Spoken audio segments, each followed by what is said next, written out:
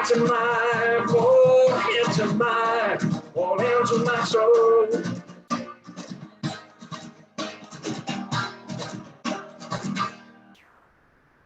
Whoa!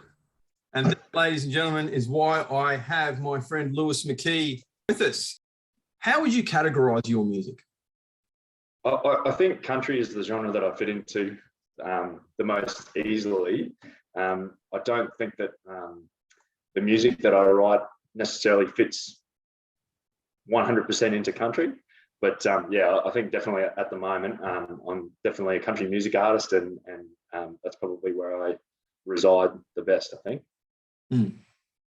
But having said that, I know from my research that there is a skeleton in your closet. You've got, you like boy bands, don't you? Don't you, Lewis? I'll tell you one thing. The first album that I ever bought was on cassette, and it was Frog Stomp by Silverchair. Yeah. The second album that I ever bought was on CD, and it was Backstreet's Back.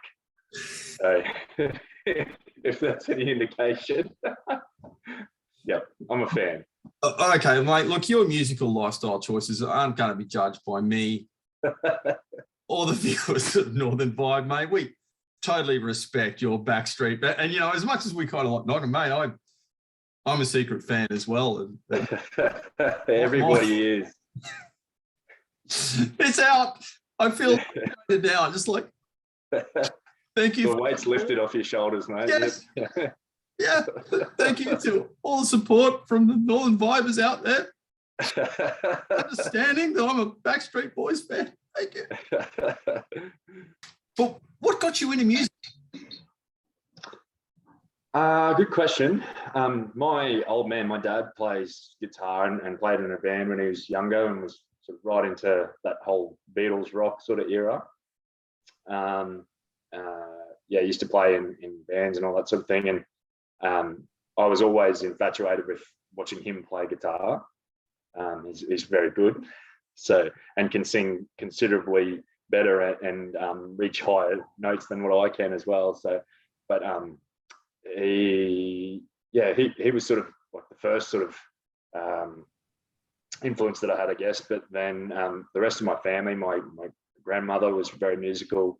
But then going through primary school, I was always in like choirs and that sort of thing. I had a football coach when I was 11 that it was mandatory to be in the choir if you were going to play football as well, play rugby. So yeah, it was very diverse cultural school by the sounds of it. But yeah, it was, I guess, from a bunch of different angles, but immediately I fell in love with it, and I could not live without it, not 1 minute. See, the thing is, you don't just play, and it's not just the fact that you're a good player. I think one of your unique selling points, and the reason that you're getting traction, you know, you've come to my attention, you've come to the attention of other musical producers who, in fact, that's how I came to speak to you. They said, "Oh, you've got to talk to this guy, this up and coming bloke in Bundaberg. He's really good, and he's someone to watch." It's because you write your own music. One of the things I'm finding with people with Northern Vibe, with feedback from the viewers at Northern Vibe, and I want to hear it from down here too. So if you're watching this and you've got any questions, put them down. I'll get them to Lewis. Or just general questions, you know, for people, for me to ask in the future, either or, is how did you discover, get confidence enough and channel this creative urge you have to write? Like, you know, what do you do? I couldn't tell you what started it in the first place. I guess I thought, you know, there's plenty of examples of people that have written their own songs out there, and thought, oh, I reckon I could do that. I reckon I could give it a try. I always loved writing and you know, going through high school, loved like English and drama, script writing and stuff like that in drama. So creative expression through written text was never a big issue for me. But when I am writing, it tends to come from spontaneity more than anything. Usually I'll think of lyrics before I think of a riff. And it's usually, it can be anywhere. Like I wrote a song not long ago. I was driving between Brisbane and Bundaberg. I just pulled over on the side of the road and started scrolling on a pad. And that, well, I've finished the song now, and it's, I'll go to record it eventually, sort of towards the end of this year. But, I couldn't just come up with that sitting down and saying, I'm gonna write something. So it's definitely a case of spontaneity. I probably could sit down and just say, I've got to write an album, let's do it. But I do love that level of intimacy that comes from spontaneity, and it's kind of serendipitous in some respects. So yeah. I was talking to one of my other guests, and she said she found it ironic that the muses were always, especially traditionally, always framed and personified as women. It's not like a woman that just turns up and kind of like has a few drinks with you. It's more like a cigar chomping ex-boyfriend who's drunk too much, who calls you at 4 o'clock in the morning, bangs on your door and says, right now, I'm going to give you a gift of some sort of spontaneity, and I don't care that it's a bad time for you. Now, baby, that's the way, right now. That's a pretty good description, yeah. Is that how it is for you, or? I mean, there have been occasions where I've said, all right, I need to sit down and write something. And sort of over the last 12 months, I've kind of attempted to do one song a week, or at least write something a week, just for the sake of churning stuff out and trying to, turn over new or discover new things. And, that it still works, but yeah, the good ones seem to be like a lightning bolt. So tell me about the music scene in the bustling metropolis of Bundaberg, where you're from and where I'm from originally. It's pretty good, actually. Like the musical talent around Bundaberg is very surprising, and particularly in that sort of country or rootsy sort of area, blues and roots sort of area. There's lots of really big voices and lots of really talented musicians. So it's a good place to be able to go out and watch some live music, that's for sure. You were talking before about the football and the choir. I've got to ask, what school was that? Mount Archer State School in Rockhampton. So I live in Bundy now, but originally I'm from Rockhampton. I grew up there, and my family still live there as well. So another skeleton in your closet, mate, being from Rock. They're all coming out. The dirt's coming. All coming out. Yeah, one podcast with Matt, and everybody knows. What are you listening to now? What stuff do you listen to and you kind of aspire to be like? What musicians do you look up to? Oh, look, you Morgan Wallens, Luke Combs, like they're from a country perspective, obviously sit front of mind for me. But honestly, my musical taste is so varied, and so it spans such a broad spectrum. I love bands like Dear Seattle, the likes of like XCS. Is it KCXS? Oh, I don't know. I'm getting the words wrong here. I was just listening to it in the car on the way here, but and like Busby Maru, they've always been a great favourite of mine. Hometown boys, so a bit of home slice, never hurt anyone. And like your Casey Chambers. I grew up listening to. My dad was writing to like the Beatles or to Creedence Clearwater Revival and the like. But I put an article out just recently with Countrytown AU on. It was about. They asked for what's your most influential album or most influential artist or whatever, and I said Mia Dyson, her Parking Lots album. You got to listen to it, man. It was 2005, and honestly, it's one of the best blues. I think it won an ARIA for the best blues album but one of the best Australian blues artists you'll ever hear. She's just amazing. So check it out. Was there any hurdles that you had to overcome to get where you are? I was a big fan of the arts, but I was also very into sports and played a lot of rugby and that type of thing. So those two worlds tend not to interact very much. So there was always it had to be a conscious push from myself and from my family to encourage that and to seek out creativity and to be comfortable with that, because I'd go from playing a football game covered in mud to a musical rehearsal or something like that, and rock up and they go, "Whoa, what happened to you?" I'll just finished playing a game of footy, so sorry about that. But I think it sort of kind of started there, and then once I got a bit of confidence about it, I was enjoying playing in pubs and all that sort of thing. But I became a dad too in 2016, and thought at that point, dads don't play gigs. They don't go out to pubs and all that sort of stuff. They stay at home and look after the kids. So I just stopped playing almost entirely. And then sometimes relationships break down, and as mine did, I decided, shit, what's the one thing in life that I can't live without? And it's music. So got back into it, and haven't looked back. It's life-changing. We don't have to go into the specific financials, but are you monetizing this? Are you making a quid out of it? Yeah, look, breaking even. That's probably where it gets to at the moment.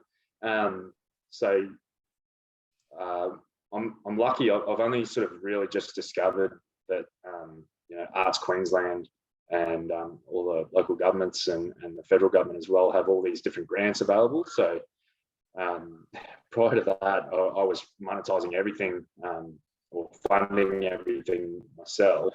But with that sort of assistance, it's really helped it actually flourish into something that might be credible. I'm kind of on this tightrope at the moment of, do I or don't I? I've got a 9 to 5 and I still do that, but do I or don't I? Dilemma. Yeah, isn't it? No, seriously, that is a big dilemma, and because really that's going down. That's asking yourself a question, because there's only so long you can have a foot in both worlds. It's like, well, am I this or am I that? What's your knowledge? So I went to uni and I did a town planning degree. So urban designer, town planner. Yep. Wow. But I work for a port.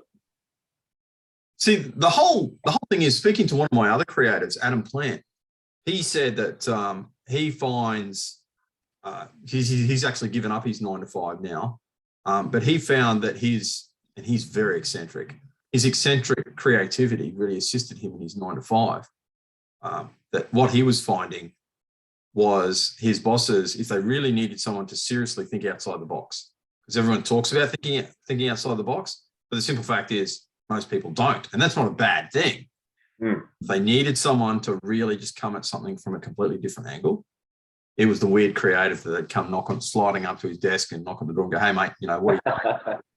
Well, you told us a little bit about your background, but let's dive into that a little bit deeper. So from Rockhampton, and went to Mount Archer School there a little bit, but tell us about your background and your family circumstances and all that kind of thing. Yep. So born in Billawheeler in Central Highlands. My old man he worked in power station construction, so we always were at towns that had power stations in them. Went over to Western Australia for a little while, in Bunbury, but then spent most of my youth growing up in Rockhampton and sort of on the Capricorn coast and out west, going out to Emerald for footy and that sort of thing. So, have made some incredible long life friends through that period, and still, really, really close today. So, went to Mount Archer Primary, where my mum still teaches, and then scooted up to Rockhampton Grammar School for grade 8 to grade 12. Probably where I got my biggest immersion into the arts and creativity there. And yeah, then sort of potted around in Rockhampton until I was 17, and then moved to Brisbane for university. And that's sort of when I got the chance to do, I'd play at like at a uni bar or something like that, in front of 100 people, and that was kind of foreign. I'd done musicals and that type of thing, but I'd never just been the solo person on stage and doing that thing there. So that was kind of a real introduction into performing live and getting to interact with the audience and that type of thing. So got that, and then started progressing and got a bit of traction down at Caxton Street, and had a lot of fun doing that, and used to play like seafood festivals and prior to games and at Suncorp Stadium and that sort of thing. So really sort of cut my teeth down Caxton Street, I think you could probably say. Moved to Bundy in 2016, and here I am. So what's it like to rock up? Because I know a lot of musicians, and some of them are surprisingly talented, who hide their light under a bushel, actually, which I think is genuinely sad. Feel like to rock a pub. So you got 100 people there, you're just in the zone, you get the place kicking. How does that feel? Luke Combs, in his song, he talks about having the crowd in the palm of your hand, pub jumping, and everyone's really enjoying what's going on. It's the most exhilarating feeling ever. No other high could get you there, I don't think. I'd almost go as far as to say it's almost as good as doing the horizontal shuffle. It's pretty close, not quite as good. But that's pretty high, bro. That's pretty high. Yeah, I'm putting it up there. Like, we're talking like it's not very far away. It literally, I think most of that comes from seeing the enjoyment of other people, and like seeing them really loving what's going on and just like throwing their hair back, and I don't know the hair, but throwing their hair back and really just losing control and being themselves and all that sort of thing. Like, that's probably one of the coolest things about being a musician, is getting people to be themselves and enjoy themselves. It's a pretty surreal and pretty incredible thing, I think. So tell me about your best gig. I've had a few. Hey, usually it's in smaller, intimate places. One time I was playing at, I know the Busby Maru boys used to play here as well at the Oxford Hotel in Rocky. And the American Army was in town doing things at Shoalwater Bay. And there were a whole bunch of people on R&R. And anyway, this tiny little pub on the corner, they've just packed this place out. And I started playing a song. It's not recognizable at first, but it's a pretty explicit rap song, and started doing an acoustic version of it. And you could see all these American troops, you could see their ears. Hang on a minute. And then they all started singing along, and it's, we're talking like 200 people, 250 people, all squished into a little space. And, it wasn't my song, but holy smokes, it felt like it for a bit. But that was pretty special. Yeah, I bet. There's been so many. And I'm slowly discovering now, because I've been playing solo for so long, but I'm slowly discovering how much better it is with the band or with other people on stage to be able to interact and share that experience with. Because you can't describe it to people well enough, to be honest. Wow. And so how often are you doing that? Are you mixing these different genres and like taking a rap song and giving a kind of... I mean, that's pretty much every live show I play, I'll do something along those lines. It's I like it. Like, I like playing it. So, and I love all that type of music as well, and listen to it regularly. So I can't, when you're playing in a pub and you're playing a cover gig, people want to hear particular songs, but I've got really great feedback from punters saying that, you know, it's great to hear something that's not the norm played in a pub. So, you know, if I'm enjoying it and they're enjoying it, I'll keep doing it. Yeah, mission accomplished. And funny, Yeah, that's what it's about. It's funny, really, because I've spoken to a lot of really creative people now, and I really enjoy it. It's the fantastic thing about Northern Vibe is, like, if I had have just rung you up randomly without having this context and going, hey, tell me about your music and tell me about, and like I get to do it to intellectuals and stuff too. Like I've spoken to leading intellectuals like this. One of my other interviews is with Dr. Paula Boddington. She's a world expert on the ethics behind artificial intelligence. Now, if that's incredible. you listen to one of her conferences in the UK, like you'd pay the big bucks. Like when she speaks, like people pay money to hear her. She's given expert evidence to the EU pre-Brexit and, you know, now post-Brexit. She's given all this expert evidence to shape the legislation around there. So I sent her an email and go, yeah, g'day, Matt from Queensland, bit of a fan, want to have a bit of a yak.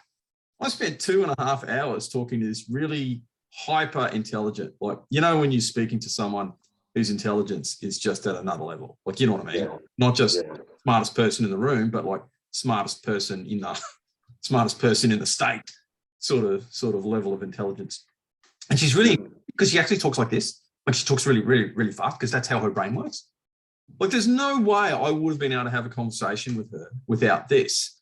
And I think I'm starting to understand that really a lot of this creativity is about communion at its heart. Yeah, definitely. That's what it's about. Like, I mean, yes, you have a skill and you're showing it and you're taking it to the nth degree, and that's awesome.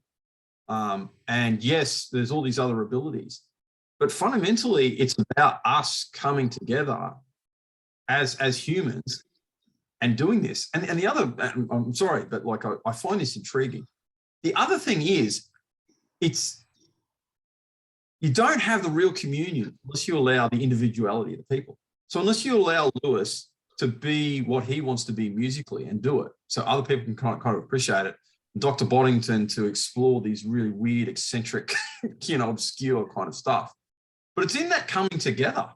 It's in that individuality that we get that communion. All these things that kind of like complement each other. It's odd, like football and like being on the choir team and playing footy as well. Yeah, it's something that I went to a vocal coach to get some assistance. Jess Modelo's her name, fantastic vocal coach in Bundaberg. She's trained at the conservatorium and just an exceptional vocal coach. But one of the things that she helped me with was the concept of like bearing yourself or exposing yourself, because as a creative, that's exactly what you do. You've got to be comfortable with your individuality and your personality being exposed to the world for judgment, essentially, and kind of not giving a shit what anyone thinks about that. And it's tough, like it's hard to do. So really getting behind a passion, and like the good doctor, she's obviously found what she wants and what she's interested in and devoted her life to it. Having that sort of certainty is that's very rare, but it's probably one of the most cathartic things ever, because that's what we're all looking for, I suppose, at the end of the day. Right up there with horizontal folk dancing, you reckon, mate? Yes, definitely. Probably more. That's probably more important than horizontal folk. That probably brings on more horizontal folk dancing. Well, confidence is key, right? Yeah, I suppose. And you're right. I mean, it's astounding. So all jokes aside, because we're talking about vulnerability, we're talking about exposure, personal exposure, the person you really are. It's like you're naked, both in in the physical and like when you're performing. Okay, you got clothes on, but like personality-wise, you're nude, dude. Like, you're vulnerable. You're standing right up there. Open for judgment. Personality-wise, you are naked in front of it. And one of my other guests was Christine Sinead, and Edie White is her writing name. And I was talking to her about it, and she has written a couple of articles that just took it out of her.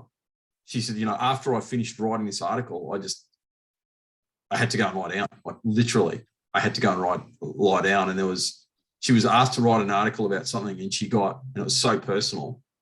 She got 2/3 of the way through. She goes, I couldn't do it. And she's starting to understand that is a barrier. Like, it's good because it's protecting her psyche, because it was, without giving you the full context, oh my God, it was so personal what she was writing about, like, just so personal. She goes, look, I couldn't do it. It just took so much out of me, And believe me, that lady can write. Again, she's on the writing front. She's someone to watch. She's being published in Quillette. She's being published in The Spectator. It's just, it's incredible watching her growth. It really is, and it's so cool. But even her, and she's kind of getting there. You know what I mean? She's right on the cusp of serious success as a writer, and she's still got that little barrier. She can't. She just, there's that little bit, because it's too vulnerable. It's too vulnerable. Yeah, it's a massive trust exercise. Like, when you expose yourself to that level, you're really offering yourself up to so much criticism that you've really got to have a lot of faith in what you're doing and in yourself. Otherwise, it wouldn't work. You wouldn't get the message across that you want. If someone wants to book you and find you, how can they get on top? How can they get in contact with you? Socials are usually the best way to do it. All platforms, it's Lewis McKee Music. So Instagram.com/Lewis McKee Music. I can shoot you all those details, or the straight to email is probably just as easy. And you're actually developing another record now too. So can you tell us about that? I can't tell you what it's about, but it's a cool track. I've had it written for a long time, but it's sort of morphed and changed over the last couple of years. And I hooked up with a producer over in the UK, of all places. And it's got sort of more of a Florida Georgia lines cross Nelly feel to it. Yeah, it's very cool. I'm really looking forward to getting it out into the public domain. But I literally just came from a meeting with the cinematographer and the film producer to do the film clip for it. And that's kind of exciting. Where will we be able to find that? Will it be on YouTube, or how are you going to? Yeah, I'll put it out through most of your favorite streaming platforms. So through Spotify and Apple Music, YouTube. The video will obviously go through there as well. The song will probably come out on Spotify and Apple Music, or all your favorite streaming platforms first, and then YouTube later on for the film clip. What would you say to someone who's aspiring to be a musician? Oh, do it, without a doubt. It can be incredibly frustrating at times in that early process when you're learning to play an instrument or learning to do something new, but do it because it's incredibly worth it. It's not just playing music, or it's not just being creative. It's a lifestyle, and it's the most cathartic thing that I've ever found in my whole life. Like, if I need to do something serious, the easiest way to get ready to do that is to play some music first, and it can get me in the right mental state within seconds. So if you're contemplating it, or if you're even considering taking that next step and starting to record, do it, because my justification for it originally was I'd love to show my grandchildren something that I created. When I was, I don't want to say at my prime, because I'm not at my prime yet, but I'd love to have some evidence that I existed and that I had something to contribute to the world. So if you're contemplating it, do it, because it'll unlock doors that you don't even exist.